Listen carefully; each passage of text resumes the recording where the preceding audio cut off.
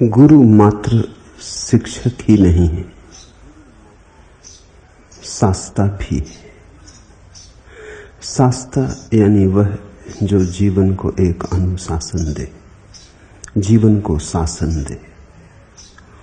जो मात्र शब्द दे वह शिक्षक, जो शासन भी दे वह शास्ता।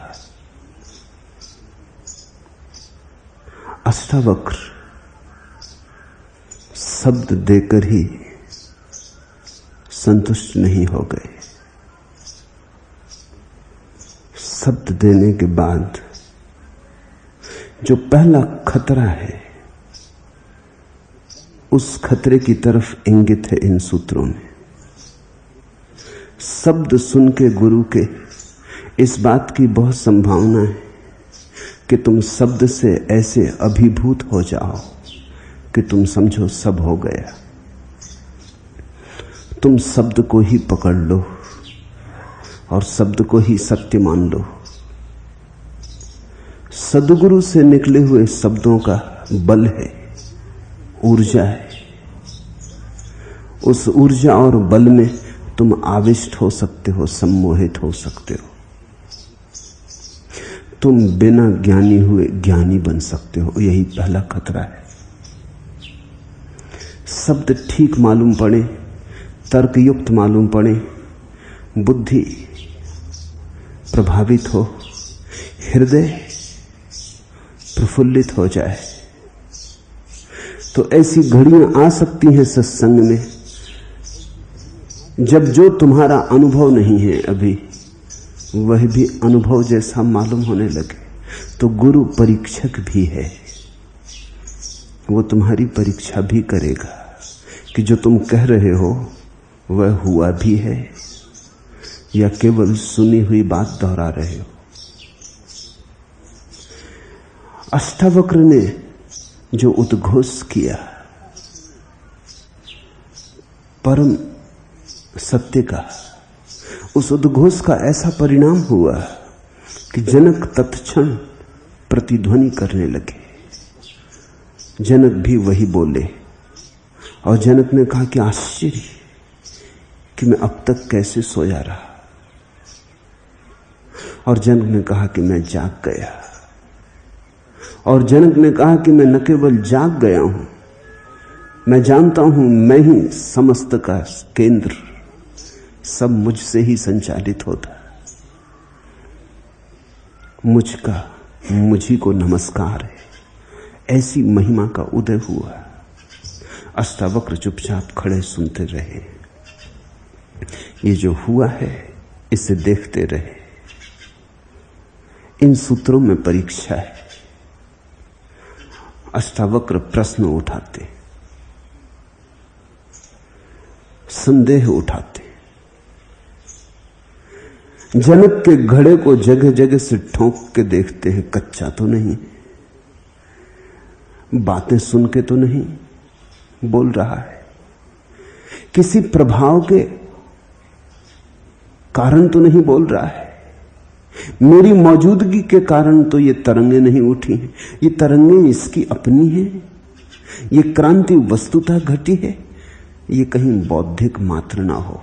मेरे पास बहुत लोग आते हैं, उनमें अनेक कृष्ण मूर्ति के भक्त हैं। वे मुझसे आके कहते हैं कि हम वर्षों से सुनते हैं, जो सुनते हैं वो 100% ठीक भी मालूम होता है, उसमें हमें कुछ संदेह नहीं है। जो कृष्ण मूर्ति कहते हैं उसे हमने समझ भी लिया है, हम नहीं समझे ऐसा भी नहीं, लेकिन फिर भी जीवन में कोई क्रांति नहीं घटती। बौद्धिक रूप से सब समझ में आ गया है, बुद्धि भर गई है, लेकिन आत्मा रिक्त की रिक्त रह गई है। ऊपर ऊपर सब जान लिया और भीतर भीतर हम वैसे के वैसे हैं। भीतर कोई घटना नहीं घटी, अछूते के अछूते रह गए। वर्षा हो गई, घड़ा खाली रह गया है। बड़ी अड़चन में पड़ जाता है व्यक्ति जब उसे बौद्धिक रूप से सब समझ में आ जाता है और अस्तित्वगत कोई समानांतर घटना नहीं घटती। तुम्हें उसकी दुविधा का अंदाज नहीं। उसे दिखाई पड़ता है कि दरवाजा कहां है, लेकिन निकलता दीवार से है। जिसको दरवाजा नहीं दिखाई पड़ता वो भी दीवार से निकलता है, लेकिन उसे दरवाजा दिखाई ही नहीं पड़ता। इसलिए शिकायत किससे? जिस आदमी को ख्याल है कि मुझे दरवाजा दिखाई पड़ता है, समझ आ गया कि कहां है, लेकिन फिर भी मैं दीवार से सिर तोड़ता हूं, तुम उसकी पीड़ा समझो। जब भी उसका सिर टूटता है वो महाविश्वास से भर जाता है कि मुझे मालूम तो है कि ठीक क्या है, फिर मैं गलत क्यों करता हूं। मुझे मालूम तो है कि कहां जाना चाहिए, फिर मैं विपरीत क्यों जाता हूं। सब मालूम है उसे और कुछ भी मालूम नहीं, तो उसके भीतर सीखने की क्षमता भी खो जाती है, उसमें शिष्यत्व का भाव भी खो जाता है, क्योंकि उसे मालूम तो सब है, अब सीखने को और क्या है। उसकी विनम्रता भी खो जाती है और भीतर की पीड़ा सघन होती चली जाती, उसमें कोई अंतर पड़ता नहीं। ऐसा ही समझो कि तुम दवाइयां इकट्ठी करते चले जाओ, इससे तो तुम्हारी बीमारी समाप्त ना होगी, पियोगे तब समाप्त होगी। तुम डॉक्टरों के प्रिस्क्रिप्शन इकट्ठे करके फाइलें बना लो, उन प्रिस्क्रिप्शनों से तो कुछ परिणाम ना होगा जब तक उन प्रिस्क्रिप्शनों के अनुसार जीवन न बनेगा। लेकिन दवाइयों का ढेर तुम्हें एक भ्रांति दे सकता है कि सब दवाइयां तो मेरे पास हैं, पूरी केमिस्ट की दुकान तो उठा लाया, अब और क्या है, अब कहां जाऊं, किससे पूछूं, अब तो पूछने को भी कुछ नहीं बचा। तो एक दंभ पैदा होता है, बुद्धि की थोथी समझ से एक अहंकार, एक अस्मिता जगती कि मैं जानता हूं, और भीतर एक पीड़ा भी होती है कि मुझे कुछ भी तो पता नहीं, क्योंकि कुछ हो तो नहीं रहा है। हो तो ही कसौटी है। तुम्हारा जीवन बदले किसी सत्य से तो ही सत्य तुम्हारे पास है, अगर जीवन न बदले तो सत्य तुम्हारे पास नहीं। मैंने सुना है स्वामी रामतीर्थ एक छोटी सी कहानी कहा करते थे। वो कहते थे, कल्प गंगा के किनारे, स्वर्ग की गंगा के किनारे, ज्ञान और मोह एक सुबह आके रुके।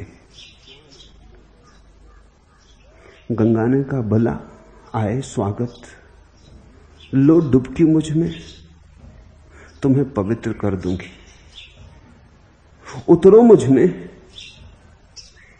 नहा लो, तुम नए हो जाओगे, तुम्हें फिर कुंवारा कर दूंगी, सारी धूल पोंछ डालूंगी।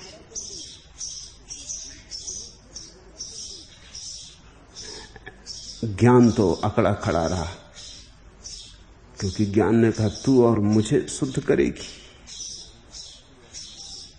उसे तो इस बात पे भरोसा ना आया और झुकने की क्षमता वो खो चुका था। समर्पण की कला खो चुका था, शिष्य होना भूल चुका था। किसी दूसरे से कुछ हो सकता है ये बात ही भूल चुका था। ज्ञान की अकड़ आ गई थी कि मैं सब स्वयं कर लूंगा, किस गंगा की जरूरत, किस तीर्थ की जरूरत, किस गुरु की जरूरत, किसी की कोई जरूरत नहीं।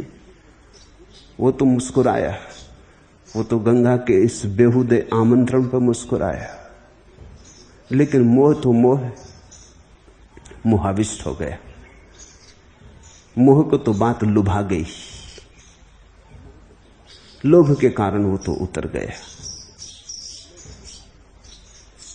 गंगा ने उसे नहला दिया, वो शुद्ध हो गया, वो पवित्र हो गया, वो निर्दोष हो गया। जब वो बाहर आया तो देवताओं ने उसकी स्तुति की, आरती की, क्योंकि मोह अब प्रेम हो चुका था। नहा लिया था गंगा में, झुक गया था। मोह अब प्रेम हो चुका था। मोह ही तो शुद्ध होकर प्रेम हो जाता।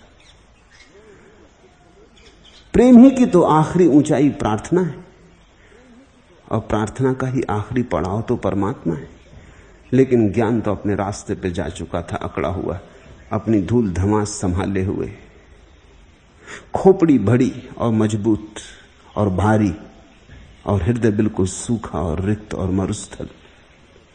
अष्टावक्र सुन के जनक की बातें इन सूत्रों में पहला सवाल उठाते हैं कि जनक, ऐसा तुझे हुआ है या बातों में उलझ गया या मेरी बातों में आ गया? वो जगह जगह से उसे ठोंकते। पहला सूत्र, अष्टावक्र ने कहा, आत्मा को तत्वतः एक और अविनाशी जानकर भी क्या तुझ आत्मज्ञानी धीर को धन कमाने में अभी भी रुचि है? क्योंकि जनक ने कोई महल तो छोड़ा नहीं, जनक ने कोई धन का त्याग तो किया नहीं। जनक जैसा है वैसा का वैसा है। एक प्रश्न अष्टावक्र उठाते हैं। जब शिष्य प्रश्न उठाता है तो अज्ञान से उठता है, जब गुरु प्रश्न उठाता है तो ज्ञान से उठता है। शिष्य के प्रश्नों के उत्तर देने बड़े आसान हैं, गुरु के प्रश्नों के उत्तर तो केवल जीवन से दिए जा सकते हैं, और तो कोई उपाय नहीं।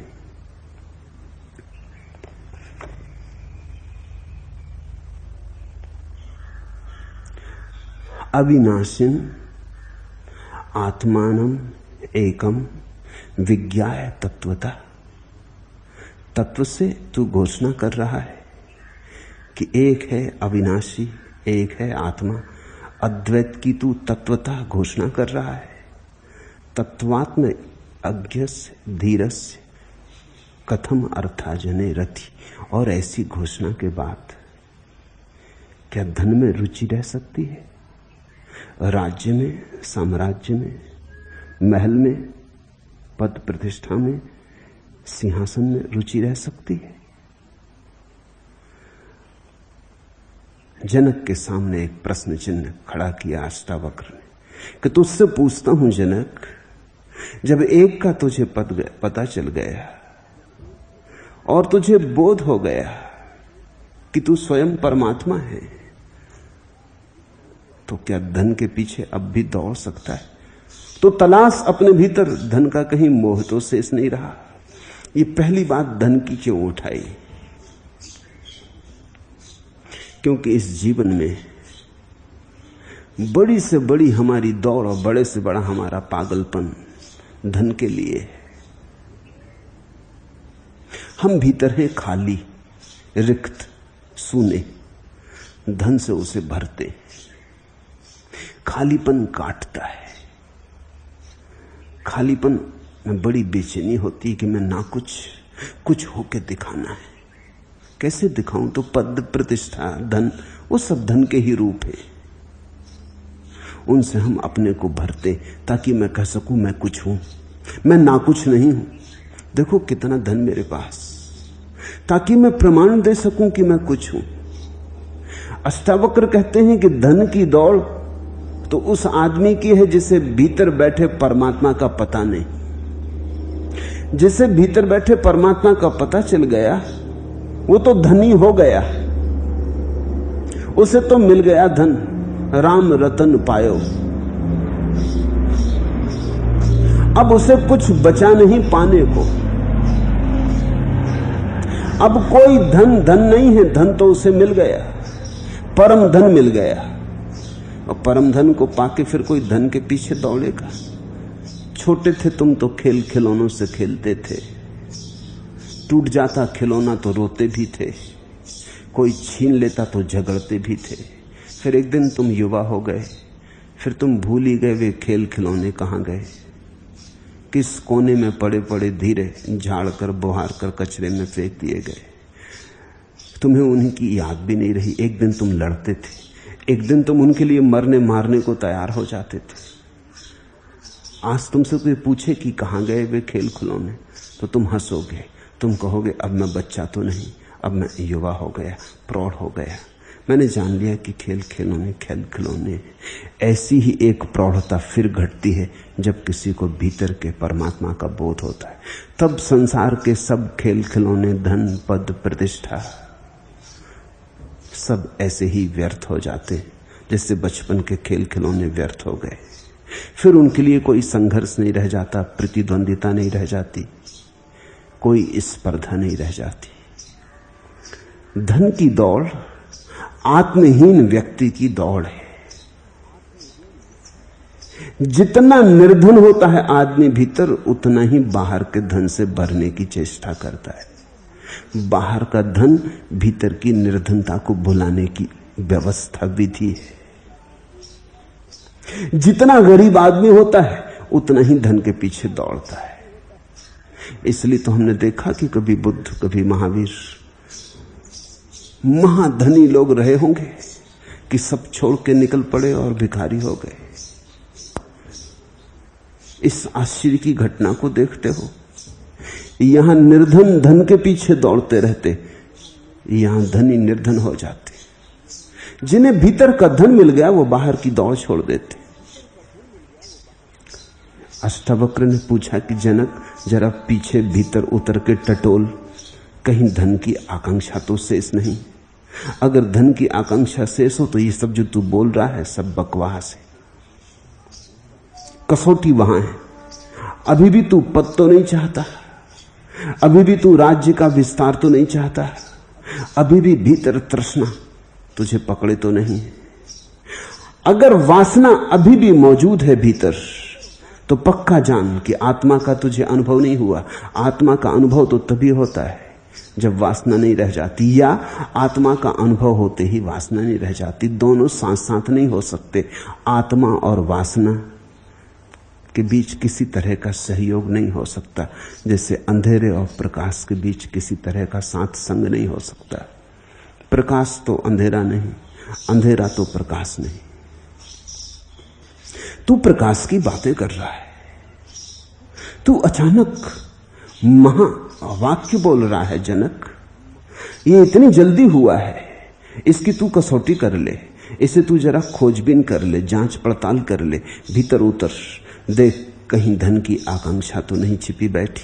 अगर बैठी हो तो ये सब जो तूने कहा मुझे तूने दोहरा दिया, ये सब बासा है, ये सब उधार है, फिर इसकी बहुत मूल्यवत्ता नहीं। फिर हमें फिर से आबासा से शुरू करना पड़ेगा। तो मैं फिर तुझे जगाऊं, अगर धन की आकांक्षा कहीं बैठी हो, अगर तू धन की आकांक्षा पाए ही नहीं कहीं, तो कुछ हुआ है, अन्यथा कुछ भी नहीं हुआ है। आत्मा को तत्वतः एक और अविनाशी जानकर भी क्या तुझ आत्मज्ञानी धीर को धन कमाने में रुचि है? जरा सी भी रुचि, लेस मात्र भी रुचि, जरा सा भी रस? ख्याल रखना, जब तक हम सोचते हैं कि बाहर कुछ हमें मिल जाए, उससे हम कुछ हो जाएंगे, तब तक हमारी धन में रुचि है। यह भी हो सकता है कि तुम धन का त्याग कर दो, लेकिन त्याग से कुछ मिल जाएगा, ऐसी रुचि शेष रह जाए कि दुनिया तुम्हें त्यागी कहेगी, कि लोग प्रशंसा करेंगे, कि चरण छुएंगे, तो फिर कुछ फर्क ना हुआ, तुमने सिर्फ सिक्के बदल लिए। लेकिन अब भी तुम्हारी आकांक्षा वही की वही है, रुचि तुम्हारी धन की ही है। धन से मात्र धन के ही तरफ इशारा नहीं है, धन से एक भीतर की आकांक्षा का इशारा है कि बाहर कुछ हो सकता है जिससे मैं मूल्यवान हो जाऊं। धन का आत्यंतिक अर्थ इतना ही है कि बाहर से कुछ मिल सकता है जो मुझे मूल्यवत्ता दे दे। मेरा मूल्य मेरे भीतर है, मैं स्वयं अपना मूल्य हूं, ऐसी प्रतीति वस्तुतः संन्यास है। मेरा मूल्य बाहर से आता है, लोग क्या कहते हैं, इससे मेरा मूल्य निर्मित होता है। तो ऐसी आकांक्षा धन की आकांक्षा है। इसलिए तुम्हारे 100 त्यागियों में 99 तो अभी भी धन की ही आकांक्षा में जीते।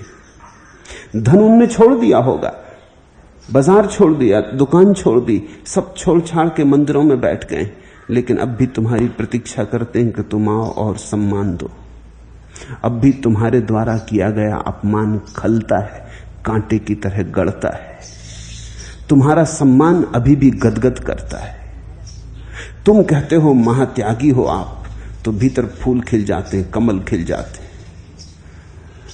अगर कोई नहीं आता सम्मान करने को, तो त्यागी प्रतीक्षा करने लगता है कि आज कोई भी नहीं आया। दुकान बदल गई, ग्राहक नहीं बदले, ग्राहक की अभी भी प्रतीक्षा है। जैसे दुकानदार सुबह से दुकान खोल के बैठ के प्रतीक्षा करता है ग्राहक आए, अगर ऐसा ही त्यागी भी सुबह से प्रतीक्षा करने लगता है कि मंदिर में लोग आए, मेरी पूजा अर्चना हो, लोग मुझे सम्मान दें, प्रतिष्ठा दें, तो दुकान बदली, कुछ भीतर बदला नहीं। जिस दिन तुम्हारे मन में दूसरों से मिलने वाले सम्मान का कोई मूल्य नहीं रह जाता, न निषेधात्मक न विधायक, न उनके अपमान का कोई मूल्य रह जाता है, तुम्हारे पास क्या है इससे तुम अपनी सत्ता की गणना नहीं करते, और तुम्हारे पास क्या नहीं है इससे तुम अपने भीतर कमी का अनुभव नहीं करते। तुम जिस क्षण बेशर्त पूर्ण हो जाते हो, जिस क्षण तुम्हारी घोषणा पूर्णता की अकारण हो जाती, जिसमें कोई बाहरी कारण हाथ नहीं देता, उस क्षण तुम जानना कि तुमने जाना। उसके पहले जानकारी, और जानकारी को भूल से जानना मत समझ लेना। ऐसा हुआ कि स्वामी विवेकानंद अमेरिका से वापस लौटे। जब वे वापस आए तो बंगाल में अकाल पड़ा था, तो तत्क्षण आके अकालग्रस्त क्षेत्र में सेवा करने चले गए। ढाका की बात है, ढाका के कुछ वेदांती पंडित उनका दर्शन करने आए। स्वामी जी अमेरिका से लौटे, भारत की पताका फहरा के लौटे, तो पंडित दर्शन करने आए थे, सत्संग करने आए थे। लेकिन जब पंडित आए तो स्वामी विवेकानंद ने ना तो वेदांत की कोई बात की, न ब्रह्म की कोई चर्चा की, कोई अध्यात्म अद्वैत की बात ही ना उठाई।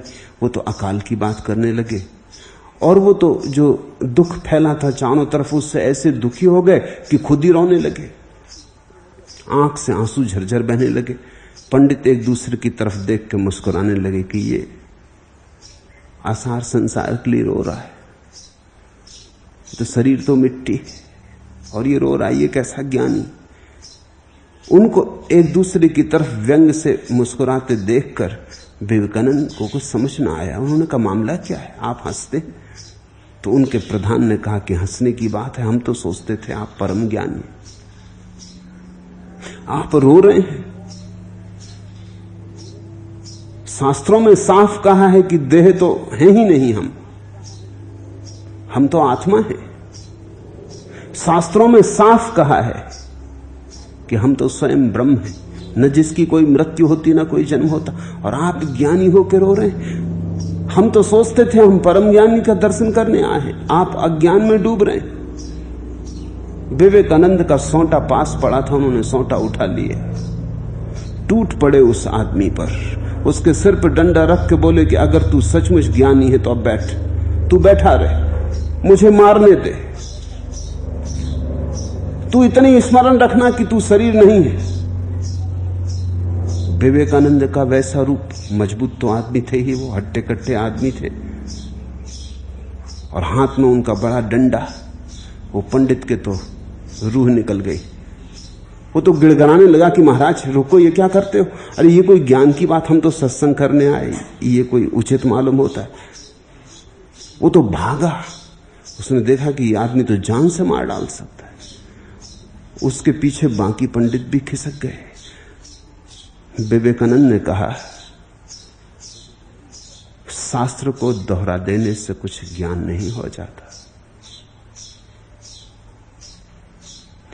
पांडित्य ज्ञान नहीं, पर उपदेश कुशल बहुतेरे। वो जो पंडित ज्ञान की बात कर रहा था, तोता रटन थी। उस तोता रटंत में कहीं भी कोई आत्मानुभव नहीं है। शास्त्र की थी, स्वयं की नहीं थी, और जो स्वयं की ना हो वो दो कौड़ी की है। तो अष्टावक्र पहली परीक्षा खड़ी करते। पहली परीक्षा वो ये कहते हैं, जनक ध्यान कर। तू कहता है आत्मा को तत्वतः तूने जान लिया, पहचान गया अविनाशी को, अब क्या तुझ आत्मज्ञानी धीर को धन कमाने में थोड़ी भी रुचि है? इसका मुझे उत्तर दे।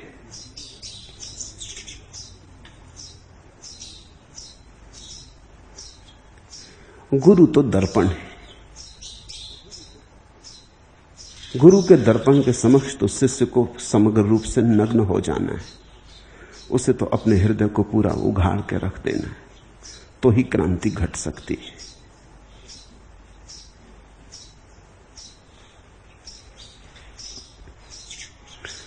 पुरानी कथा है जैन शास्त्रों में मिथिला के महाराजा नेमि के संबंध में। उन्होंने कभी शास्त्र नहीं पढ़े,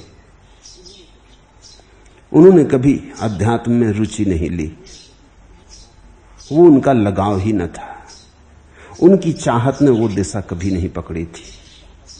बूढ़े हो गए थे तब बड़े जोर का दाह ज्वर उन्हें पकड़ा, भयंकर ज्वर की पीड़ा में पड़े। उनकी रानियां उनके शरीर को शीतल करने के लिए चंदन और केसर का लेप करने लगी। रानियों के हाथ में सोने की चूड़ियां थीं, चूड़ियों पर हीरे जवाहरात लगे थे, लेकिन लेप करते समय उनकी चूड़ियां खड़खड़ाती और बजती। सम्राट नेमि को वो खड़खड़ाहट की आवाज, वो चूड़ियों का बजना बड़ी अरिचुकर मालूम हुआ और उन्होंने कहा, हटाओ ये चूड़ियां, इन चूड़ियों को बंद करो, ये मेरे कानों में बड़ी कर्ण कटु मालूम होती। तो सिर्फ मंगल सूत्र के ख्याल से एक एक चूड़ी बचा के बाकी चूड़ियां रानियों ने निकाल कर रख दी। आवाज बंद हो गई, लेप चलता रहा। नेमि भीतर एक महाक्रांति को उपलब्ध हो गए। ये देख के कि 10 चूड़ियां थी हाथ में तो बजती थी, एक बजती है, एक बची तो बजती नहीं। अनेक है तो शोरगुल है, एक है तो शांति है। कभी शास्त्र नहीं पढ़ा, कभी अध्यात्म में कोई रस नहीं रहा, उठ के बैठ गए, कहा मुझे जाने दो, ये दाह ज्वर नहीं, ये मेरे जीवन में क्रांति का संदेश लेके आ गया। ये प्रभु अनुकंपा है। रानियां पकड़ने लगी, उन्होंने समझा कि शायद ज्वर की तीव्रता में विक्षिप्तता तो नहीं हो गई। उनका भोगी रूप ही जाना था। योग की तो उन्होंने कभी बात ही ना की थी, योगी की तो वो पास न फड़कने देते थे। भोग ही भोग था उनके जीवन में। कहीं ऐसा तो नहीं कि सन्निपात हो गया है। वो तो घबरा गई, वो तो रोकने लगी। सम्राट ने कहा, घबराओ मत, न कोई ये सन्निपात है। सन्निपात तो था, वो गया। तुम्हारी चूड़ियों की बड़ी कृपा। कैसी जगह से परमात्मा ने सूरज निकाल दिया, कहा नहीं जा सकता। चूड़ियां बसती थी तुम्हारी, बहुत तुमने पहन रखी थी, एक बची, शोरगुल बंद हुआ। उससे एक बोध हुआ कि जब तक मन में बहुत आकांक्षाएं हैं तब तक शोरगुल है। जब एक ही बचे आकांक्षा, एक ही अभीप्सा बचे, या एक की ही अभीप्सा बचे, और ध्यान रखना एक की ही अभीप्सा एक हो सकती, संसार की अभीप्सा तो एक हो ही नहीं सकती। संसार अनेक है तो वहां अनेक वासनाएं होंगी। एक की अभीप्सा ही एक हो सकती है। नेमि तो उठ गए, ज्वर तो गया, वो तो चल पड़े जंगल की तरफ। न शास्त्र पढ़ा, न शास्त्र जानते थे, लेकिन शास्त्र पढ़ने से कब किसने जाना। जीवन के शास्त्र के प्रति जागरूकता चाहिए तो कहीं से भी इशारा मिल जाता है। अब चूड़ियों से कुछ लेना देना, तुमने कभी सुना चूड़ियों और सन्यास का कोई भी संबंध? जुड़ता ही नहीं। लेकिन बोध के किसी क्षण में, जागरूकता के किसी क्षण में, मौन के किसी क्षण में कोई भी घटना जगाने वाली हो सकती। तुम सो रहे हो, घड़ी का अलार्म जगा देता है, पक्षियों की चहचहाहट जगा देती है, कौओं की कांव कांव जगा देती है, दूध वाले की आवाज जगा देती है, राह से निकलती हुई ट्रक का शोरगुल जगा देता है, ट्रेन जगा देती है, हवाई जहाज जगा देता, कुत्ता भौंकने लगे पड़ोसी का वो जगा देता। ठीक ऐसे ही हम सोए हैं। इसमें जागरण की घटना घट सकती है, लेकिन जागरण की घटना केवल शब्दों से नहीं घटती। वास्तविक ध्वनि। शास्त्र तो ऐसे हैं जैसे रिकॉर्ड में ध्वनियां बंद हैं। तुम रिकॉर्ड रखे अपने बिस्तर के पास, सोए रहो, इससे कुछ भी ना होगा। तुम अपनी स्मृति में कितने ही शास्त्रों के रिकॉर्ड भर लो, इससे कुछ ना होगा। बड़ी महिमापूर्ण घटना घटी है जनक को, लेकिन अष्टावक्र ठीक से कसौटी कर लेना चाहते। अष्टावक्र जनक को भी ठीक से अपने भीतर पहुंच के मौका देना चाहते हैं कि वो देख ले, कहीं धन की आकांक्षा तो नहीं है। अगर है तो संभलो, तो इतनी ऊंची बातें मत करो। तो तुम्हारे पैर तो जमीन में गड़े हैं, आकाश में उड़ने की बातें मत करो। धन तो जमीन है, अगर तुम्हारी धन में आकांक्षा रूपी है तो तुम्हारी जड़ें जमीन में गड़ी हैं, फिर तुम पंख आकाश में न खोल सकोगे।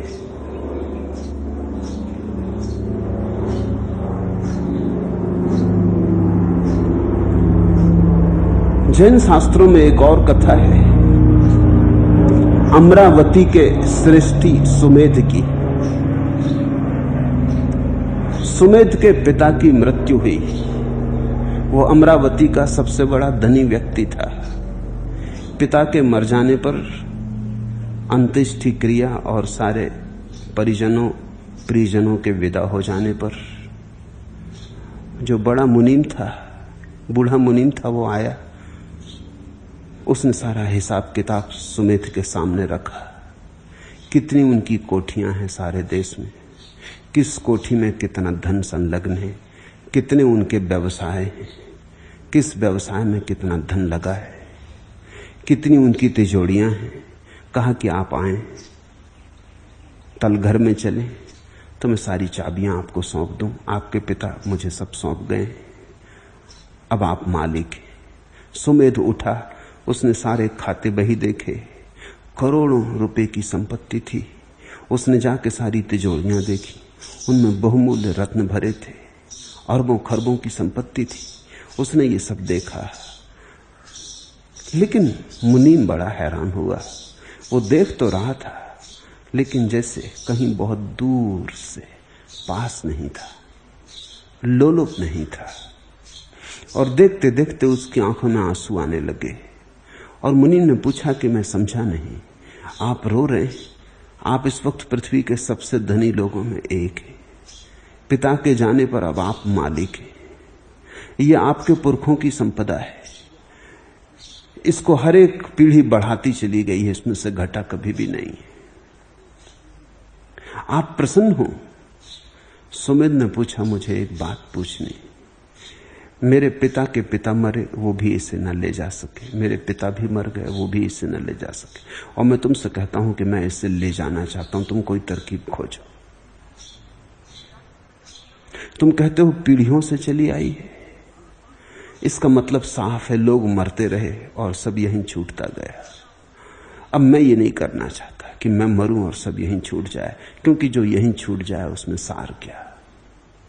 ले जाऊंगा सब साथ, या तो तुम खोज के कल सुबह तक मुझे खबर कर दो, या मैं खोज लूंगा। लेकिन अब मुझे चैन नहीं, क्योंकि किसी भी क्षण मौत आ सकती। फिर ये चाबियां किसी और के हाथ में होंगी, फिर तुम किसी और को दिखाओगे, मेरे बेटे को दिखाओगे, लेकिन न मैं ले जा सकूंगा न मेरा बेटा ले जा सकेगा। नहीं, मैं ये हिसाब खत्म नहीं करना चाहता हूं, मैं ये सब साथ ही ले जाना चाहता हूं। मुनीम ने कहा, ये तो कभी हुआ नहीं और हो भी नहीं सकता, कोई इसे कभी ले नहीं गया। सुमेध ने कहा, मैंने तरकीब खोज ली है। उसने उसी क्षण सारी संपत्ति दान कर दी, वो संन्यास्त हो गए। उसने कहा, मैंने तरकीब खोज ली, मैं इसे साथ ले जाऊंगा। ये कह के उसने सब छोड़ दिया और संन्यास्त हो गया। एक क्रांति घटती है जब बाहर का तुम छोड़ते हो, भीतर का उसी क्षण मिल जाता है। लोगों ने तो एक ही बात देखी कि उसने बाहर की संपत्ति छोड़ दी। तुम्हें मैं दूसरी बात में जगाना चाहता हूं। उसने बाहर की संपत्ति यहां छोड़ी कि भीतर की संपत्ति वहां मिली। वो साथ लेके गया। भीतर का ही साथ जाता है। बाहर में उलझे होने के कारण भीतर का दिखाई नहीं पड़ता। जब भीतर का दिखाई पड़ता है तो बाहर की पकड़ नहीं रह जाती। आश्चर्य कहा अष्टावक्र ने, जैसे बार बार जनक ने कहा आश्चर्य कि परम ब्रह्म शाश्वत चैतन्य और कैसे माया में भटक गया था। जैसे बार बार जनक ने कहा कि आश्चर्य कि मैं स्वयं परमात्मा और कैसे सपने में खो गया था। ऐसे ही अब बार बार अष्टावक्र कहते हैं आश्चर्य कि जैसे सीपी के अज्ञान से चांदी की भ्रांति में लोभ पैदा होता है, वैसे ही आत्मा के अज्ञान से विषय भ्रम के होने पर राग पैदा होता है। रस्सी पड़ी देखी और समझा कि सांप है तो भय पैदा हो जाता है। सांप है नहीं और भय पैदा हो जाता है। सांप तो झूठा, भय बहुत सच्चा। तुम भाग खड़े होते हो। तुम घबराहट में गिर भी सकते हो, भागने में हाथ पैर तोड़ ले सकते हो, और वहां कुछ था ही नहीं, सिर्फ रस्सी थी। सांप के भ्रम ने काम कर दिया। जनक कहते हैं ऐसे ही सीपी में कभी चांदी की झलक दिखाई पड़ जाती। सीपी पड़ी, सूरज की किरणों में चमक रही, लगता है चांदी। चांदी वहां है नहीं, सिर्फ लगता है चांदी। चांदी के लगते ही उठाने का भाव पैदा हो जाता, मालिक बनने की आकांक्षा हो जाती। चांदी के भ्रम में भी लोभ पैदा हो जाता है। आश्चर्य कि भ्रम में भी लोभ पैदा हो जाता है। जहां कुछ भी नहीं वहां पाने की आकांक्षा पैदा हो जाती। जहां से कभी किसी को कुछ भी नहीं मिला वहीं वहीं हम टटोलते रहते। कुछ मिला हो तो भी ठीक। इस पृथ्वी पर कितने लोग हुए, कितने अनंत लोग हुए। सब ने धन खोजा, सब निर्धन मरे। सब ने पद खोदा, सब ने प्रतिष्ठा खोजी, सब धूल में गिरे। बड़े बड़े सम्राट पैरों में दबे पड़े, धूल हो गए। च्वांगतजू लौटता था एक गांव से, मरघट से गुजरा तो एक खोपड़ी पे उसका पैर लग गया। उसने वो खोपड़ी उठा ली और उससे माफी मांगने लगा कि क्षमा कर। उसके शिष्यों ने कहा ये क्या कर रहे हैं, ये मरी खोपड़ी से क्या क्षमा मांग रहे हैं, इसमें सार क्या। च्वांगतजू ने कहा तुम्हें पता नहीं, एक तो ये बड़े लोगों का मरघट है, यहां सिर्फ राजा, धनपति, राजनेता गड़ाए जाते हैं। कोई छोटी मोटी खोपड़ी नहीं पागलो, ये किसी बड़े आदमी की खोपड़ी।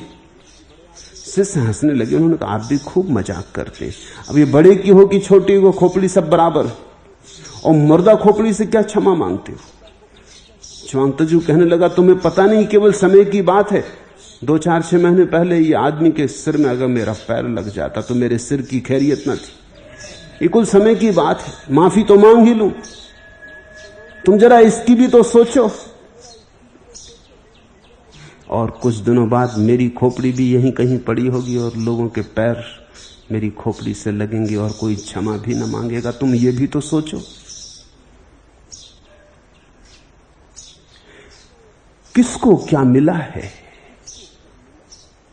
कुछ मिला हो और तुम खोजो तब भी ठीक है।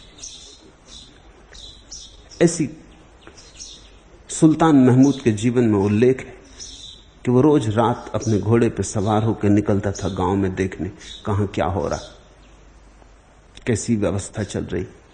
छिपे वेश में वो रोज रात एक आदमी को देखता था नदी के किनारे रेत को छानते। उसने 1-2 दफे पूछा भी कि तू क्या करता है आधी आधी रात तक। मैं रेत छानता हूं, इसमें कभी कभी चांदी के कण मिल जाते। उनको मैं इकट्ठा करता हूं, वही मेरी जीविका है। ऐसा अनेक रातों देख के एक दिन महमूद को लगा कि बेचारा मेहनत तो बड़ी करता है, मिलता कुछ खाक नहीं। तो उसने अपना भुजबंद जो लाखों रुपए का रहा होगा निकाल के चुपचाप रेत में फेंक दिया और चल पड़ा। उस रेत छानने वाले ने तो देखा भी नहीं, लेकिन थोड़ी देर बाद खोजने से उसे मिल गया भुजबंद। दूसरे दिन फिर महमूद रात आया। उसने सोचा कि आज तो वो रेत छानने वाला नहीं होगा वहां, लेकिन वो फिर रेत छान रहा था। महमूद बड़ा हैरान हुआ। उसने कहा कि सुन, मेरे सिपाहियों ने मुझे खबर दे दी कि जो भुजबंद में फेंक गया था वो तुझे मिल गया है, तू उसे बाजार में बेच भी चुका है, वो भी खबर आ चुकी। मैं सुल्तान महमूद, भुजबंद लाखों रुपए का था, तेरे जीवन के लिए और तेरे बच्चों के जीवन के लिए पर्याप्त। अब तू किस लिए छान रहा है रेत? उसने कहा मालिक, इसी रेत के छानने में भुजबंद मिला। अब तो चाहे कुछ भी हो जाए मैं छानना छोड़ नहीं सकता, अब तो छानता ही रहूंगा। अब तो ये जिंदगी है और मैं हूं और ये रेत है। जहां ऐसी ऐसी चीजें मिल सकती हैं, भुजबंद मिल गया, अब इसको मैं रोक नहीं सकता। महमूद ने अपनी आत्मकथा में लिखवाया है कि उसके तर्क में तो बल है, लेकिन हम इस संसार में क्या खोज रहे हैं जहां किसी को कभी कुछ नहीं मिला, फिर भी रेत छान रहे। कुछ मिला किसी को कभी। कहते हैं आश्चर्य कि जैसे सीपी की अज्ञान से चांदी की भ्रांति में लोभ पैदा होता है, वैसे ही आत्मा के अज्ञान से विषय भ्रम के होने पर राग पैदा होता है। हे जनक, कहीं तेरे भीतर राग तो नहीं बचा है? कहीं थोड़ा सा भी मोह तो नहीं बचा है, लोभ तो नहीं बचा है? ये तुम्हें याद दिला दूं, तुमने बहुत बार सुना है कि लोभ छोड़ो, मोह छोड़ो, राग छोड़ो, क्रोध छोड़ो तो आत्मज्ञान होगा। हालत बिल्कुल उल्टी है। आत्मज्ञान हो तो राग, मोह, लोभ, क्रोध छूटता है, वो परिणाम है। अंधेरे को थोड़ी छोड़ना पड़ता है प्रकाश को लाने के लिए, प्रकाश लाना पड़ता है, अंधेरा छूटता है। इसलिए अष्टावक्री प्रश्न पूछ रहे हैं। वो कह रहे हैं आत्मज्ञान हो गया जनक, तेरी वो तो घोषणा से लगता आत्मज्ञान हो गया। अब मैं तुझसे पूछता हूं, जरा खोज, कहीं राग तो नहीं? अभी भी कहीं पुराने भ्रम पकड़े तो नहीं है? क्योंकि कई बार ऐसा होता है, रोज ही ऐसा होता है। कई बार क्यों? रोज रात तुम सपना देखते हो, सुबह सपना टूटता है, तुम कहते हो सब सपना था, और फिर दूसरी रात फिर सपना देखते हो। टूट टूट के भी सपना टूटता नहीं। सुबह कैसे तुम ज्ञानी हो जाते हो, कहते हो सब बकवास, सब सपना था, कुछ भी सार नहीं। लेकिन ये याद नहीं रह जाता। फिर रात आएगी, फिर तुम सोओगे, फिर सपना उठेगा। तब ये कितनी बार सपना टूट चुका और कितनी बार सुबह तुमने घोषणा कर दी कि सपना टूट गया। ये सब घोषणाएं फिर काम नहीं आती, फिर सपना पकड़ लेता है। बड़ा प्रबल प्रभाव मालूम होता है सपने का। तो कहीं ये रोज रोज सुबह उठ के जो घोषणा हम करते हैं सपने झूठ होने की, वैसी ही अध्यात्म की घोषणा तो नहीं। मैं एक कविता कल पढ़ रहा था। ये तीसरा फरेबे मोहब्बत है मालती, मैं आज फिर फरेबे मोहब्बत में आ गया।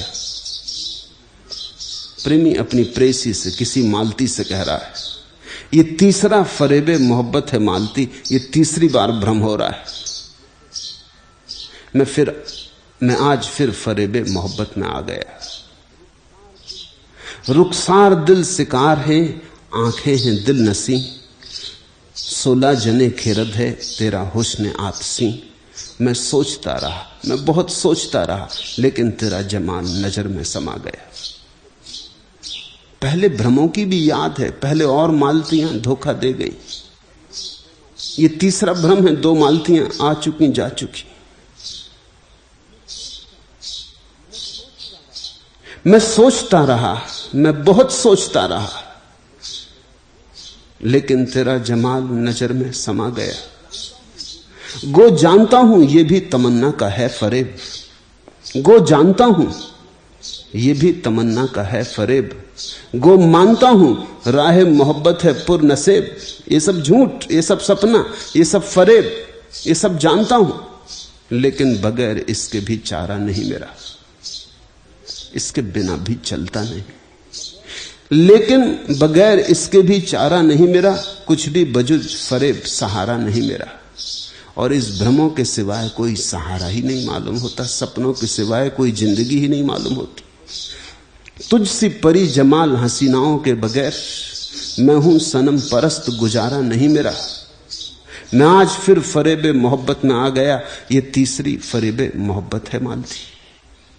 तीसरा क्या, 30वां, 300वां, 3000वां, मगर फरेब जारी रहता।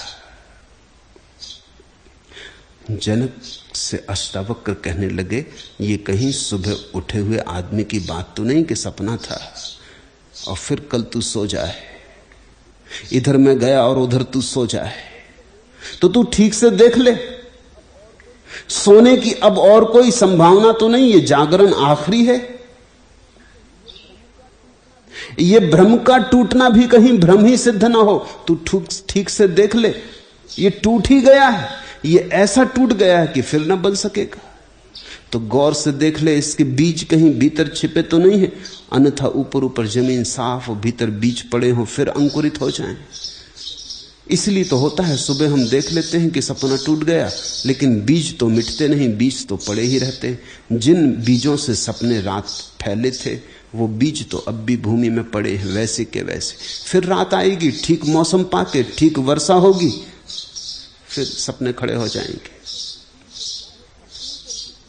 सपने के टूटने से क्या होता है, सपने के बीज दग्ध होने चाहिए।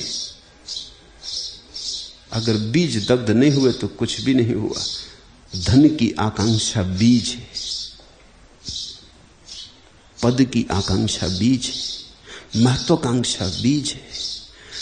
इन बीजों की तलाश के लिए अष्टावक्र कहते, तू जरा भीतर जा, देख कहीं छिपे हुए बड़े छोटे छोटे बीज। बीज तो बड़े छोटे होते हैं, वृक्ष बड़े हो जाते हैं, वृक्ष दिखाई पड़ते हैं, बीज तो पता भी नहीं चलते। तो उन बीजों को खोज।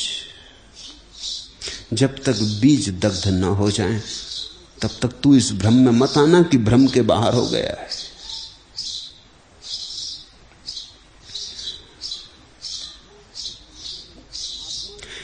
जिस आत्मा रूपी समुद्र में यह संसार तरंगों के समान स्फुरित होता है, वही मैं हूं, यह जानकर भी क्यों तू दीन की तरह दौड़ता है। आदमी के जीवन की एकमात्र दीनता है वासना, क्योंकि वासना भिकमंगा बनाती। वासना का अर्थ है दो, वासना का अर्थ है मेरी झोली खाली है, भरो, कोई भरो, मेरी झोली खाली है। वासना का अर्थ है मांगना।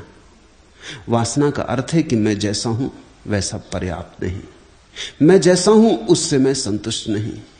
दो कहते हैं फरीद, उनके गांव के लोगों ने कहा कि तुम अकबर को जानते हो, अकबर तुम्हें जानता है, तुम्हारा सम्मान भी करता है। तुम एक बार जाके अकबर से इतना कह दो कि हमारे गांव में एक मदरसा खोल दे, गांव के बच्चे पढ़ने को तड़फते, गरीब गांव है, तुम कहोगे तो मदरसा खुल जाएगा। फरीद कभी राजमहल गया नहीं था। कभी कभी अकबर को जब रस होता था तो फरीद के दरबार में आता था, लेकिन जब मांगना हो तो जाना चाहिए, ये सोच के फरीद गया। जब वो पहुंचा सुबह सुबह ही पहुंच गया, क्योंकि मांगना हो तो सुबह सुबह मांगना चाहिए। सांझ तक तो आदमी इतने क्रोध में आ जाता है, इतना परेशान हो चुका होता है कि देने की बात कहां और तुमसे छीन ले। इसलिए भिकमंगे सुबह आते, सुबह तुमसे थोड़ी आशा है, ताजे हो, रात भर विश्राम के बाद उठे हो, जिंदगी उतनी बोझिल नहीं है, इतना क्रोध नहीं, सांझ तक तो तुम भी थक जाओगे। सुबह सुबह तुम्हारी ताजगी में फरीद पहुंचा। अकबर प्रार्थना कर रहा था अपनी निजी मस्जिद में। फरीद को तो जाने दिया, लोग जानते थे अकबर का बड़ा भाव है फरीद के प्रति। फरीद पीछे जाके खड़ा हो गया। अकबर ने अपनी नमाज पूरी की, हाथ उठाए आकाश की तरफ और कहा, हे परमात्मा, मुझे और धन दे और दौलत दे, मेरे साम्राज्य को बढ़ाकर। फरीद की आंखों में तो आंसू आ गए ये दीनता देख के कि ये सम्राट भी कोई सम्राट, इससे तो हम भले। कम से कम परमात्मा एक इल्जाम तो नहीं लगा सकता कि हमने कुछ मांगा हो। और फिर उसे याद आया कि इस आदमी से क्या मांगना, इससे तो एक मदरसा लेने का मतलब होगा इसको गरीब बनाना, थोड़ा गरीब हो जाएगा। ये तो वैसे ही गरीब है, इसकी हालत तो वैसे ही खराब है, इसकी दीनता तो देखो, अभी भी हाथ फैलाए। अकबर जैसा सम्राट जिसके पास सब है, वो भी मांग रहा है। अभी होने से क्या होता है, भिकमंगापन थोड़ी मिटता है। दुनिया में दो तरह के भिकमंगे हैं, गरीब और अमीर। भिकमंगे तो सभी, गरीब को तो क्षमा भी कर दो, लेकिन अमीर को कैसे क्षमा करो, वो भी मांगे चला जाता है। फरीद तो लौटने लगा। अकबर उठा तो फरीद को सीढ़ियों से उतरते देखा। उसने कहा, कैसे आए और कैसे चले, कभी तो तुम आए नहीं, स्वागत, घर में पधारो। फरीद ने कहा, हो गया, आए थे एक बात से, लेकिन वो तो गलत ख्याल था, चूक हो गई, हमसे भूल हुई, तुम्हारा कोई कसूर नहीं। अकबर तो बड़ा बेचैन हो गया। उसने कहा, हुआ क्या, मैं कुछ समझूं भी तो पहले मत बूझो। फरीद ने कहा, गांव के लोगों ने, ना समझो ने, ये समझ के कि तुम सम्राट हो, तुम्हारे पास बहुत है, मुझे भी भ्रम में डाल दिया। मैं भी उनकी बातों में आके चला गया। ना समझो की दोस्ती ठीक नहीं। अब मैं वापस जा रहा हूं उनको समझाने की तुम गलती में थे। मैं आ गया मांगने, गांव के लोगों ने कहा था एक मदरसा खुलवा दो, नहीं, लेकिन तुम्हारी हालत खराब है, तुम तो दीन अवस्था में, वो प्रार्थना मैं तुमसे न करूंगा। मेरे पास कुछ होता तो वो मैं तुम्हें दे डालता, मेरे पास कुछ है नहीं। तुम्हारी हालत बड़ी खराब है, तुम्हारी तो हालत दिवाले निकले जैसी। तुम प्रार्थना करके मांग रहे थे, मैं आया था सम्राट से मिलने, भिखारी को देख के वापस जा रहा हूं। अष्टावक्र ने कहा, विश्वम स्फुरति यत्रेदम तरंगा एव सागरे। जैसे आत्मा रूपी समुद्र में यह संसार तरंगों के समान स्फुरित होता है, वही मैं हूं। ऐसा जानकर सो अहम स्मृति विज्ञाय, ऐसा जानकर किम दीनम इव धावसी, फिर तू दीन की तरह दौड़ा जा रहा है। जरा भीतर तो देख, वहां कोई दौड़ बाकी तो नहीं, वहां कुछ मांग बाकी तो नहीं, वहां कुछ पाने को शेष तो नहीं है। क्योंकि परमात्मा का मिलने का अर्थ यह है कि अब पाने को कुछ भी शेष ना रहा, मिल गया जो मिलना था, आखिरी मिल गया, आत्यंतिक मिल गया, इसके पार मिलने को कुछ भी नहीं। अगर तेरे भीतर अब भी पार मिलने को कुछ हो तो समझना कि परमात्मा नहीं मिला, तू शब्दों के जाल में आ गया जनक, तू मेरे प्रभाव में आ गया जनक, तू सम्मोहित हो गया। ध्यान रखना, मन को अच्छी बातें मान लेने की बड़ी जल्दी होती। कोई तुमसे कह दे कि आप तो परमात्मा स्वरूप है, कौन इनकार करना चाहता है? आप तो ब्रह्म स्वरूप है, कौन इनकार करना चाहता है? अहंकार भरता है। कोई कह दे आप तो शुद्ध बुद्ध नित्य चैतन्य, कौन इनकार करता है? बुद्धू से बुद्धू भी इनकार नहीं करता। जब उससे कहो कि आप शुद्ध बुद्ध, तो वो कहता बिल्कुल ठीक, अब तुम पहचाने, अभी तक कोई पहचाना नहीं, ना समझें क्या खाक पहचानेंगे, आप बुद्धिमान हैं इसलिए पहचाने। ज्ञान की घोषणाएं कहीं तुम्हारे अहंकार के लिए आधार तो नहीं बन रही, कहीं ऐसा तो नहीं है प्रीतिकर लगती हैं इसलिए मान ली। कड़वी बातें कौन मानना चाहता है? कोई तुमसे पापी कहे तो दिल नाराज होता है, कोई तुम्हें पुण्यात्मा कहे तो तुम स्वीकार कर लेते हो, और ये हो सकता है कि जिसने पापी कहा था वो सत्य के ज्यादा करीब हो। टॉलस्टॉय ने लिखा है अपनी आत्मकथा में कि एक दिन सुबह सुबह मैं चर्च गया तो देखा गांव का सबसे बड़ा धनपति सुबह के अंधेरे में चर्च में प्रार्थना कर रहा है। तो मैं तो चकित हुआ कि यह आदमी भी प्रार्थना करता है। मैं पीछे खड़े होकर सुनने लगा। उस धनपति को कुछ पता नहीं था कि कोई और है अंधेरे में। वो धनपति कह रहा था, हे प्रभु, मैं महापापी हूं, मुझ जैसा पापी इस संसार में कोई भी नहीं। वो अपने पापों का कन्फेशन कर रहा था, स्वीकार भाव से सब प्रकट कर रहा था जो जो पाप उसने किए थे, और शायद भाव से कर रहा था। लेकिन तभी सुबह होने लगी और उसको ख्याल आया, मालूम हुआ कि कोई और भी पीछे खड़ा। उसने देखा और देखा टॉलस्टॉय।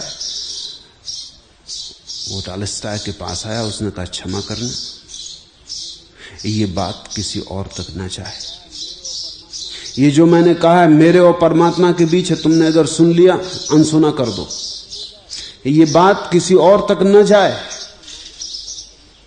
अन्यथा मानहानि का मुकदमा चलाऊंगा। टॉलस्टॉय ने कहा, ये भी खूब रही, तुम परमात्मा के सामने स्वयं घोषणा कर रहे हो, फिर आदमियों से क्या डरते हो? उसने कहा, तुम इस बात में पड़ो ही मत।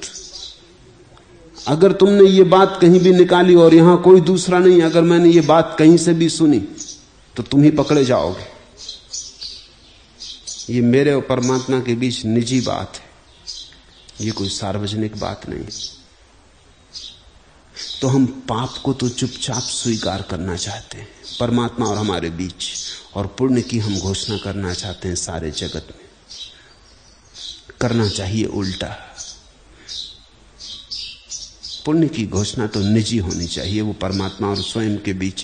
पाप की घोषणा सार्वलौकिक होनी चाहिए, सार्वजनिक होनी चाहिए। तो अष्टावक्र ने कहा, कहीं ऐसा तो नहीं है। ये स्वादिष्ट बातें, ये मधुर बातें, ये वेदों का सार, ये उपनिषदों का सार, तुझे स्वादिष्ट लग रहा है, ये तो पक्का है। लेकिन स्वादिष्ट लगने से कुछ सत्य थोड़ी हो जाता है। आदमी मौत से डरता है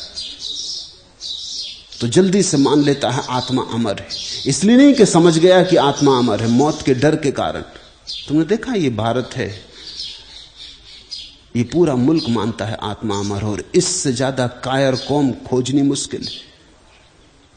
होना तो उल्टा चाहिए, आत्मा जिनकी अमर है इनको कोई गुलाम बना सकता है, लेकिन 1000 साल तक ये गुलाम बने रहे। आत्मा अमर है नहीं, आत्मा अमर है का सिद्धांत हम पकड़े ही इसलिए हैं कि मरने से हम डरे। ये सिद्धांत हमारी सुरक्षा है। हम ये सिद्धांत अनुभव से नहीं जाने। अगर अनुभव से जाना होता तो ये मुल्क तो गुलाम बनाया ही नहीं जा सकता। इस मुल्क को तो कोई दबा ही नहीं सकता, क्योंकि जिसकी आत्मा अमर है उसको तुम क्या दबाओगे? ज्यादा से ज्यादा धमकी मार डालने की दे सकते हो, वो धमकी भी नहीं दे सकते तुम इस देश को। आत्मा जिनकी अमर है उनके ऊपर कोई धमकी ना चलेगी। लेकिन दिखाई उल्टा पड़ता है। भयभीत लोग, मौत से डरे हुए लोग मंत्र जाप कर रहे हैं आत्मा की अमरता के। क्षुद्र में पड़े हुए लोग विराट की घोषणा कर रहे हैं। क्षुद्र को छिपाने का आयोजन तो नहीं है विराट की चर्चा। पाप को छिपाने का आयोजन तो नहीं है पुण्य की चर्चा। अगर ऐसा है तो जनक से अष्टावक्र कहने लगे, तो फिर से एक बार भीतर उतर के देख, ठीक से कसौटी कर ले।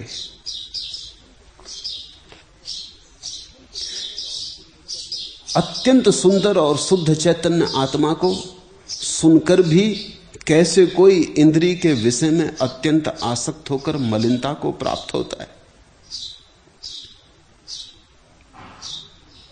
श्रुतापि, सुनकर भी। ध्यान रखना, सुनने से ज्ञान नहीं होता, ज्ञान तो स्वयं के अनुभव से होता है। श्रुति से ज्ञान नहीं होता, शास्त्र से ज्ञान नहीं होता। हिंदुओं ने ठीक किया है कि शास्त्र के दो खंड किए, श्रुति और स्मृति। ज्ञान उसमें कोई भी नहीं है। कुछ शास्त्र श्रुतियां हैं, कुछ शास्त्र स्मृतियां हैं। न तो स्मृति से ज्ञान होता, न श्रुति से ज्ञान होता। श्रुति का अर्थ है सुना हुआ, स्मृति का अर्थ है याद किया हुआ, जाना हुआ। दोनों में कोई भी नहीं। श्रुतापि शुद्ध चैतन्य आत्मानम अति सुंदरम। ऐसा सुनकर कि आत्मा अति सुंदर है, भ्रांति में मत पड़ जाना, मान मत लेना। जब तक जान ही ना ले तब तक मानना मत, विश्वास मत कर लेना, अनुभव को ही आस्था बनने देना। नहीं तो ऊपर ऊपर तू मानता रहेगा आत्मा अति सुंदर है, और जीवन के भीतर वही पुरानी मवाद, वही इंद्रिय आसक्ति, वही वासना के घाव बहते रहेंगे, रिश्ते रहेंगे। अत्यंत सुंदर और शुद्ध चैतन्य आत्मा को सुनकर भी कैसे कोई इंद्रिय विषय में अत्यंत आसक्त होकर मलिनता को प्राप्त होता है, इसे ध्यान रख। सुनने वाले बहुत हैं, सुन के मान लेने वाले बहुत हैं, लेकिन उनके जीवन में तो देख, सुन सुन के उन्होंने मान भी लिया है, लेकिन फिर भी मलिनता को रोज प्राप्त होते। मलिनता जाती नहीं। जहां मौका मिला वहां फिर तीसरा फरेब कि 300वां फरेब, फिर फरेब खाने को तैयार हो जाते। कितनी बार तुमने सोचा कि क्रोध ना करेंगे? तुम भली भांति सुन के जान चुके हो क्रोध पाप है, जहर है, कुछ लाभ नहीं, लेकिन फिर भी जब उठता है तब तुम खो जाते हो किसी झंझावात में, याद ही नहीं रहती। जब क्रोध जा चुका होता है, उजाड़ के तुम्हारे भीतर की सारी बगिया, तब फिर याद आती, फिर पश्चाताप होता है। पर फिर पछताए होत का, जब चिड़िया चुग गई खेत, फिर तुम पछताते हो। ये पुरानी आदत हो गई, क्रोध कर लिया, पछता लिया, फिर क्रोध कर लिया, फिर पछता लिया।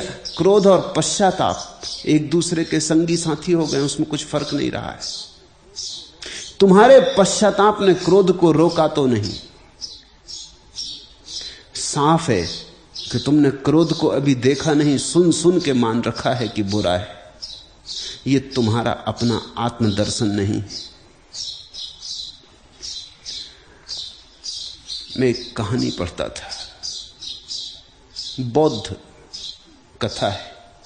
श्रावस्ती में एक सेठ था, मृगार।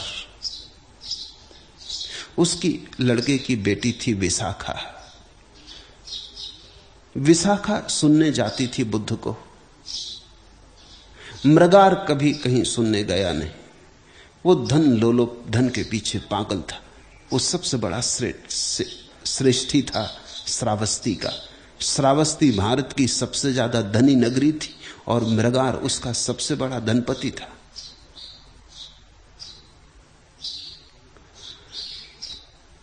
तुम्हें शायद ख्याल में ना हो, जो शब्द हिंदी में है सेठ, वो श्रेष्ठी का ही अपभ्रंश है, श्रेष्ठ का अपभ्रंश है। अब तो सेठ गाली जैसा लगता है, लेकिन कभी वो श्रेष्ठतम लोगों के लिए उपयोग किया जाता था। नगर का सबसे बड़ा, श्रावस्ती का सबसे बड़ा श्रेष्ठी था मृगार, लेकिन कभी बुद्ध को सुनने न गया था। विशाखा उसकी सेवा करती, अपने ससुर की, उसके लिए भोजन बनाती, लेकिन विशाखा को सदा पीड़ा लगती थी कि ये ससुर बूढ़ा होता जाता है और बुद्ध के वचन भी इसने नहीं सुने, जानना तो दूर सुने भी नहीं। इसका जीवन ऐसे ही धन पद वैभव में बीता जा रहा है। ये जीवन यूं ही रेत में गंवाए दे रहा है। ये सरिता ऐसे ही खो जाएगी सागर में पहुंचे बिना। तो एक दिन जब मृगार भोजन करने बैठा और विशाखा उसे भोजन परसती थी, तो वो कहने लगी, तात भोजन ठीक तो है, सुस्वादु तो है। मृगार ने कहा, सदा तू सुंदर सुस्वादु भोजन बनाती, ये प्रश्न तूने कभी पूछा नहीं, आज तू पूछती, बात क्या है? तेरा भोजन सदा ही सुस्वादु होता। विशाखा ने कहा, आपकी कृपा है, अन्यथा भोजन सुस्वादु हो नहीं सकता, क्योंकि ये सब बासा भोजन। मैं दुखी हूं कि मुझे आपको बासा भोजन खिलाना पड़ता। मृगार बोला, पागल, बासा? पर बासा तू खिलाएगी क्यों? धन धान्य भरा हुआ है कोठियों में, जो तुझे चाहिए प्रतिदिन उपलब्ध है, बासा क्यों? उसने कहा कि नहीं, मैं वो नहीं कह रही, आप समझे नहीं। ये जो धन धान्य है शायद होगा आपके पिछले जन्मों के पुण्यों के कारण, लेकिन इस जीवन में तो मैंने आपको कोई पुण्य पुरुषार्थ करते नहीं देखा। इस जीवन में तो मैंने आपको कोई पुण्य पुरुषार्थ करते नहीं देखा, इसलिए मैं कहती हूं ये सब बासा है। होगा पिछले जन्मों में आपने कुछ पुण्य किया होगा, इसलिए धनी है, लेकिन मैंने अपनी आंखों से जब से आपके घर में बहू होकर आई हूं, मैंने आपका कोई पुण्य प्रताप, आपका कोई पुण्य पुरुषार्थ, आपके जीवन में कोई प्रेम, कोई धर्म, कोई पूजा, कोई प्रार्थना, कोई ध्यान, कुछ भी नहीं देखा। इसलिए मैं कहती हूं ये पिछले जन्मों के पुण्यों से मिला हुआ भोजन बासा है। तात, आप ताजा भोजन कब करेंगे?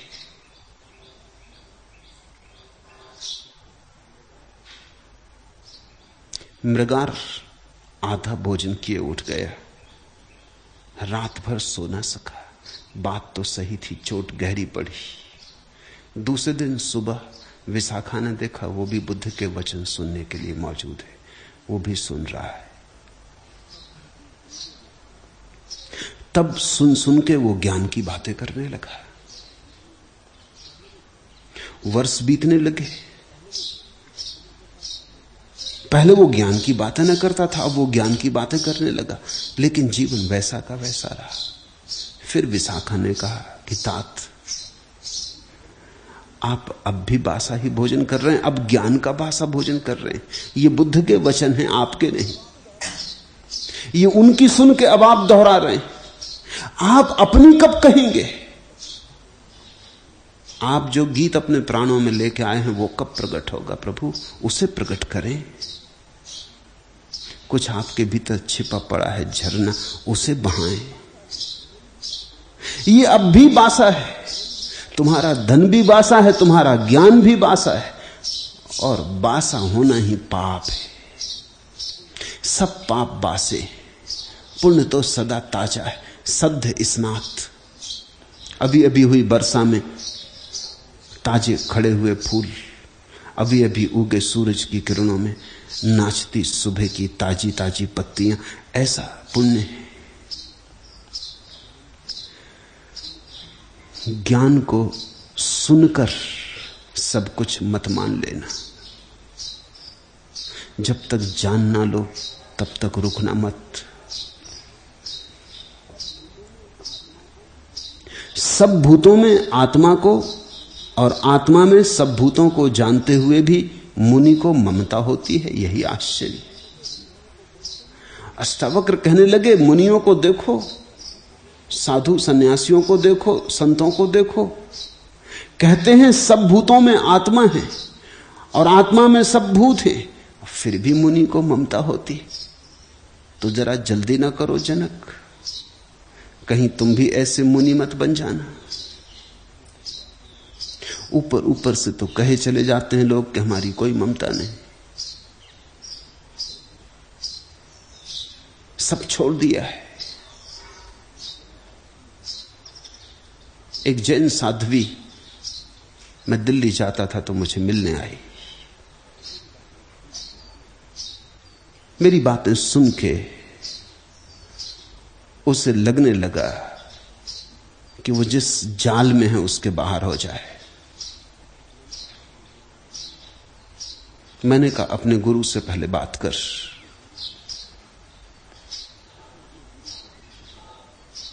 उसने अपने गुरु को कही तो गुरु तो बहुत नाराज हो गए। गुरु ने तो कहा कि मुझसे मिलना चाहते हैं। मुझसे मिले तो बड़े नाराज थे। नाराजगी में भूल ही गए वो कहने लगे कि ये साध्वी अगर छोड़ के चली जाएगी तो हमारे संप्रदाय की बड़ी हानि होगी। फिर इस साध्वी से हमारी बड़ी ममता है, ये हमारे बुढ़ापे का सहारा है। वो काफी बूढ़े हो गए। मैंने कहा ये तो बात वैसी की वैसी जैसे कोई बाप कहता कि ये बेटा हमारे बुढ़ापे का सहारा है। कोई मां कहती ये बेटी हमारी बुढ़ापे की सहारा है। ये तो घर गृहस्थी की बात हो गई, ये साधु को शोभा नहीं देती। अगर इस साध्वी को ऐसा लग रहा है कि इसके जीवन में स्वतंत्रता घटित होगी इस जाल के बाहर निकलने से, तो तुम्हारा आशीर्वाद दो। अगर तुम्हें इससे ममता है तो अपनी ममता को तुम अपनी समस्या समझो, उसको सुलझाने की कोशिश करो। मरने के पहले ममता छोड़ो। तब वो थोड़े चौंके, कहने लगे बात तो ठीक है, ममता होनी नहीं चाहिए, लेकिन ममता है। बेटे बेटियों से ममता छूटती है तो शिष्य शिष्याओं से हो जाती, ममता थोड़ी हटती। घर से छूटती तो मंदिर से हो जाती, दुकान से छूटती तो आश्रम से हो जाती, ममता थोड़ी छूटती। मेरा नए नए आश्रय बनाता चला जाता है। एक आश्रय उजाड़ो, उसके पहले दूसरी जगह आश्रय बना लेता है। एक नीड़ गिराओ, दूसरी जगह नीड़ बना लेता है। लेकिन मेरा तो बचता ही चला जाता है। अष्टावक्र ने कहा सब भूतों में आत्मा को और आत्मा में सब भूतों को जानते हुए भी मैं तुमसे कहता हूं जनक, ऐसे मुनि हैं जिनको ममता होती। असली आश्चर्य तो यही है। तुम क्या आश्चर्य की बात कर रहे हो कि शुद्ध बुद्ध आत्मा कैसे संसार में पड़ गई? छोड़ो ये फिक्र। उससे बड़े आश्चर्य मैंने देखे।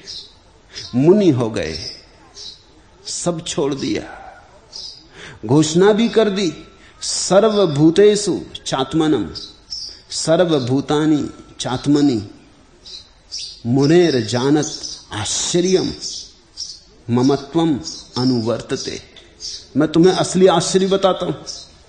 जिन्होंने सब छोड़ दिया फिर भी कुछ छूटा नहीं, ममता मौजूद है। इससे बड़ा चमत्कार तुम देखोगे। साधु भी ग्रस्त है, सन्यासी भी बंधा है, मोक्ष की आकांक्षा करने वाले अभी संसार में ही भटक रहे। बातें मोक्ष की हैं, प्राण संसार में अटके।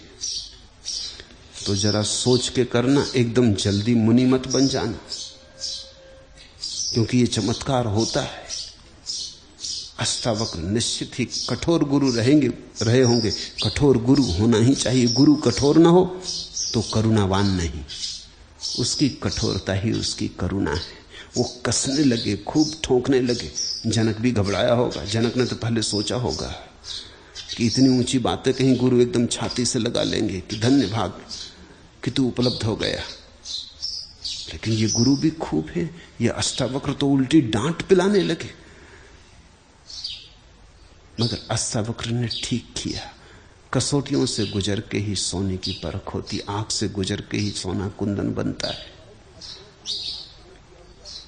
परम अद्वैत में आश्रय किया हुआ और मोक्ष के लिए भी उद्धत हुआ पुरुष काम के वश होकर क्रीड़ा के अभ्यास से व्याकुल होता है। यही आश्चर्य है।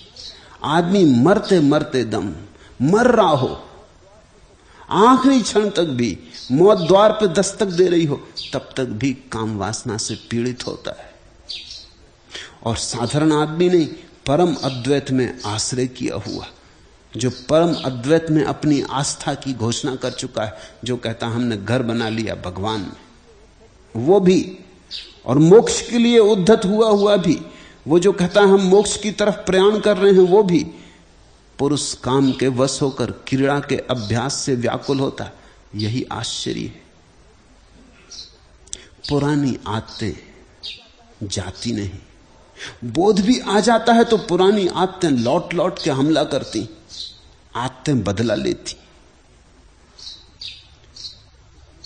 मैंने सुना है एक अंधा और एक लंगड़ा दो मित्र थे, दोनों भिखारी, और दोनों की मित्रता एकदम जरूरी भी थी क्योंकि एक अंधा था और एक लंगड़ा था। लंगड़ा चल नहीं सकता था, अंधा देख नहीं सकता था, तो अंधा चलता था और लंगड़ा देखता था।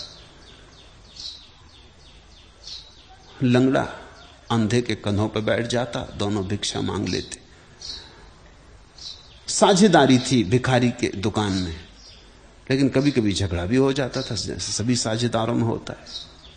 कभी एक ज्यादा ले लेता, दूसरा कम ले लेता, या लंगड़ा चकमा दे देता अंधे को, तो झगड़ा हो जाता था। एक दिन झगड़ा इतना बढ़ गया कि मारपीट हो गई। मारपीट हो गई और दोनों ने कहा कि अभी ये साझेदारी खत्म, ये पार्टनरशिप बंद, अब नहीं करते, अब अपनी तरफ से घसट लेंगे, मगर ये नहीं चलेगा, तो काफी धोखा चल रहा है।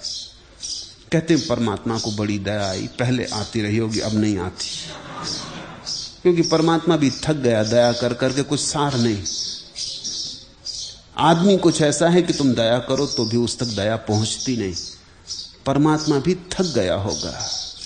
पर ये पुरानी कहानी है, दया आ गई, परमात्मा मौजूद हुआ, प्रकट हुआ। उसने उस दिन सोचा कि आज दोनों को आशीर्वाद दे दूंगा। अंधे के पास जाके कहूंगा मांग ले जो तुझे मांगना स्वभाव था। अंधा मांगेगा कि मुझे आंखें दे दो, क्योंकि वही उसकी पीड़ा है।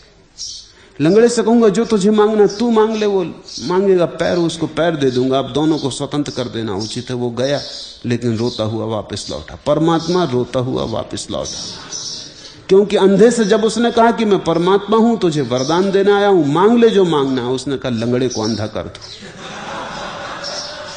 जब उसने लंगड़े से कहा, लंगड़े ने कहा बस अंधे को लंगड़ा कर दो प्रभु।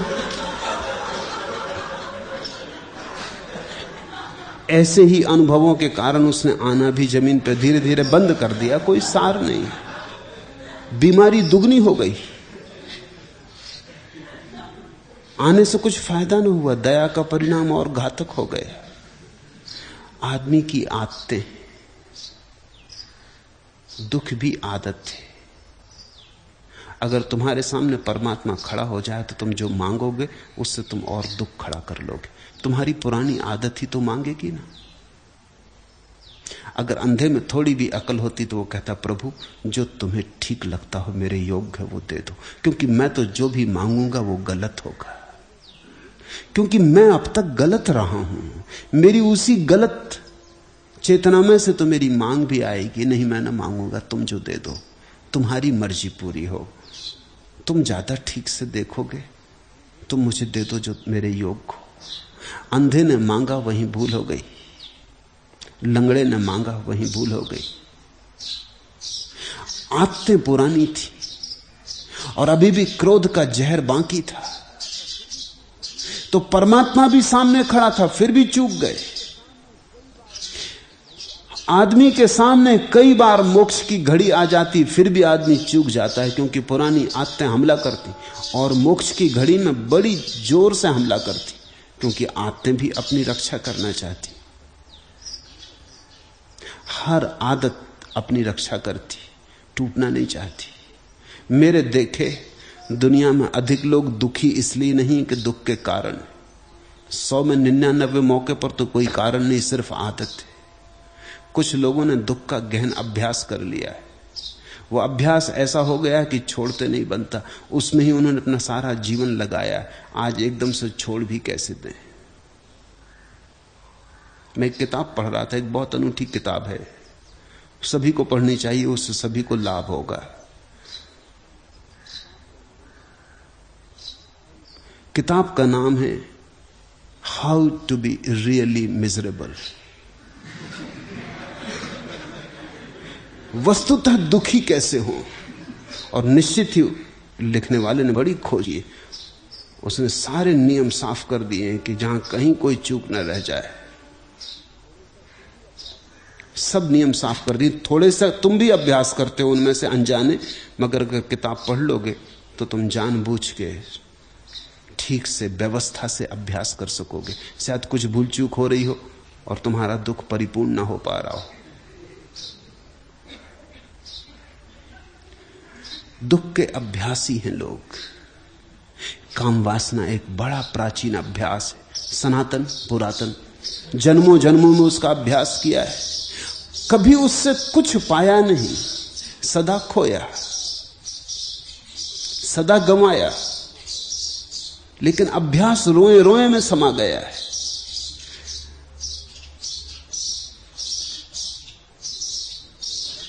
आस्थिता परम अद्वैतम मोक्षार्थे अपि व्यवस्थिता, वह जो मोक्ष के लिए तैयार है और वो जो परम अद्वैत में अपनी आस्था की घोषणा कर चुका है। आश्चर्यम काम बसगो विकला केली शिक्षया, केली शिक्षया, पुरानी काम वासना की शिक्षा के कारण, अभ्यास के कारण। आश्चर्यम काम बसगो विकला केली शिक्षया, पुरानी अभ्यास के कारण बार बार विकल हो जाता। मौत के क्षण में तक आदमी काम वासना के सपनों से भरा होता है।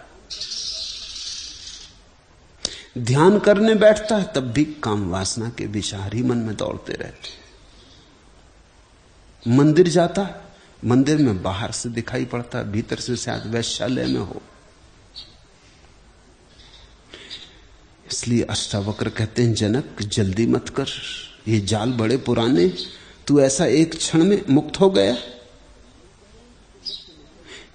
अष्टावक्र ये नहीं कह रहे हैं कि तू मुक्त नहीं हुआ। अष्टावक्र की तो पूरी धारणा यही है कि तत्क्षण मुक्त हुआ जा सकता है,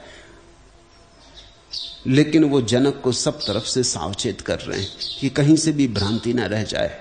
ये मुक्ति अगर हो तो सर्वांग हो, ये कहीं से भी अधूरी ना रह जाए, कहीं से भी रोगाणु फिर वापस न लौट आए। काम को ज्ञान का शत्रु जानकर भी कोई अति दुर्बल और अंतकाल को प्राप्त पुरुष काम भोग की इच्छा करता है, यही आश्चर्य है। उद्भूतम ज्ञानर दुमित्रम अवधार्य अति दुर्बला चा अंतकालम अनुसृता कामम आकांक्षेत आश्चर्यम।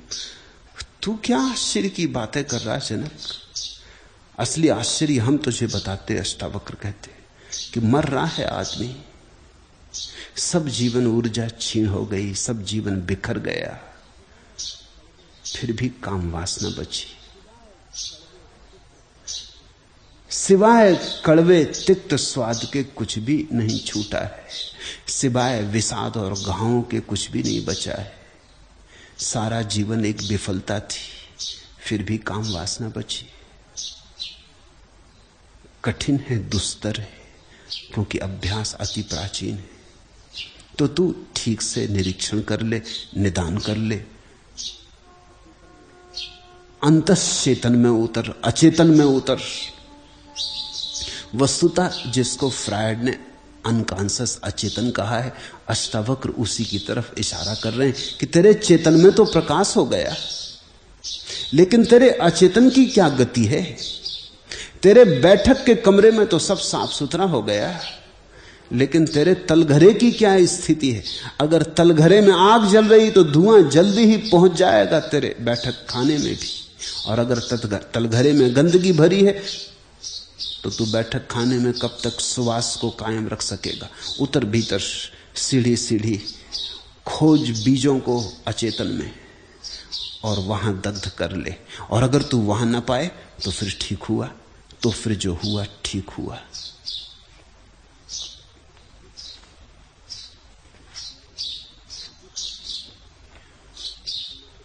दुख, तृष्णा, काम, लोभ, क्रोध, सभी बीमारियां हमारे सतत अभ्यास के फल हैं।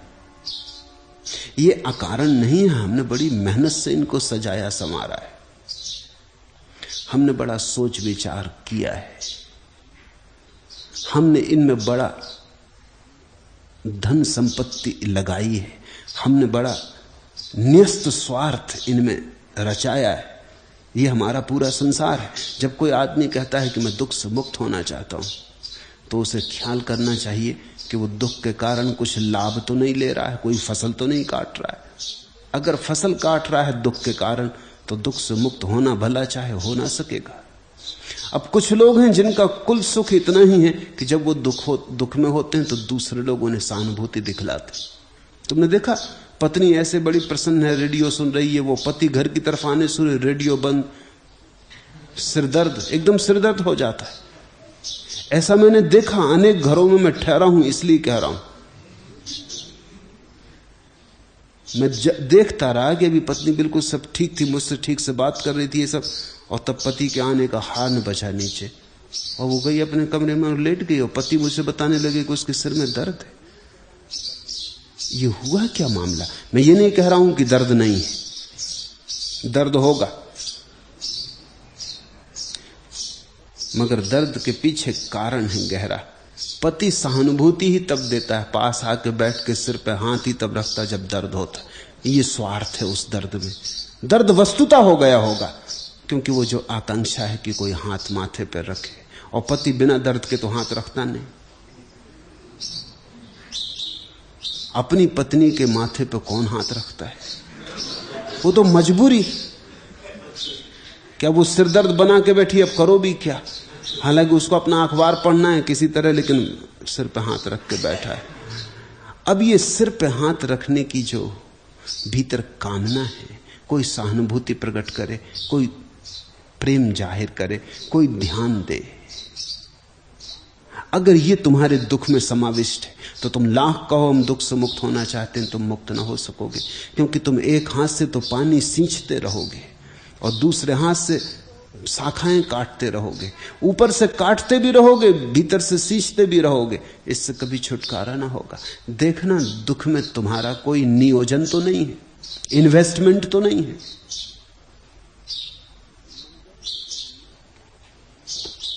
मंजर रहीने यास है, नाजिर उदास है, मंजिल है कितनी दूर, मुसाफिर उदास है।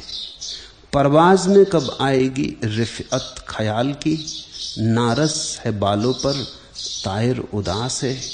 तख्लीक़े साहकार का इम्कान नहीं अभी, असआर बेकरार है, शायर उदास है। मुद्दत से यात्री को तरसती है मूर्ति, सुनसान कोहसार का मंदिर उदास है। एहसास व फिक्र दोनों का हासिल है इज्तराब, शायर है महबेयास, मुवक्खिर उदास है। यहां सभी उदास है। पंछी उदास है, उड़ नहीं पाता।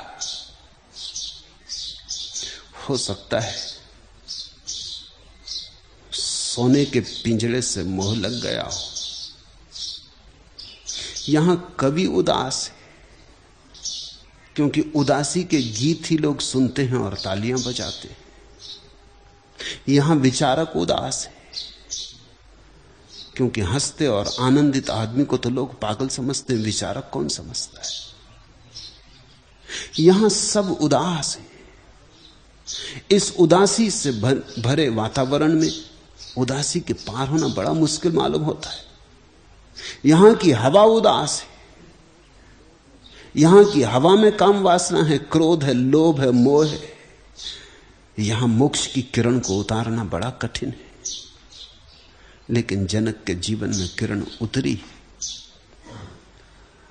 उतरी है, इसलिए अष्टावक्र सब तरह से परित है। कहीं भूल चूक ना हो जाए, कहीं कोई छिद्र न रह जाए। इस महाकरुणा के वश वे ऐसे कठोर वचन जनक को बोलने लगे कि तू जरा देख तो,